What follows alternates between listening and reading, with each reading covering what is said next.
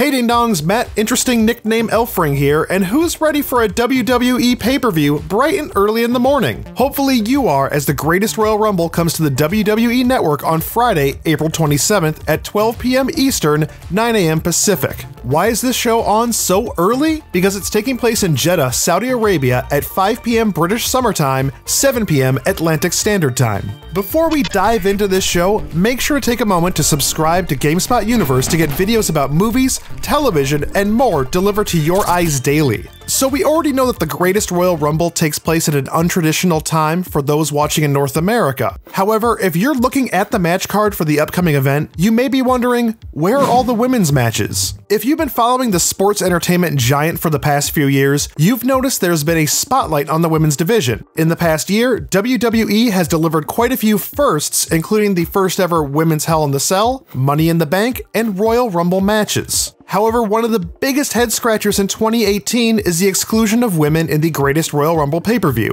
Why is that? Ultimately, the answer is pretty straightforward and unsettling. Women don't have equal rights compared to men in Saudi Arabia. This is much more than issues like a wage gap or gender equality that we face in the United States. In Saudi, adult women need a guardian who is an adult male that gives her permission to travel or work. They're segregated in many instances and have a strict dress code which requires them to wear loose-fitting, full-length robes in public. So the reason women aren't performing at the Greatest Royal Rumble is because of Saudi's culture and treatment of women. Podcaster Chris Harrington and writer David Bixby both received statements from the WWE stating that women can attend the event but won't be allowed to perform this year.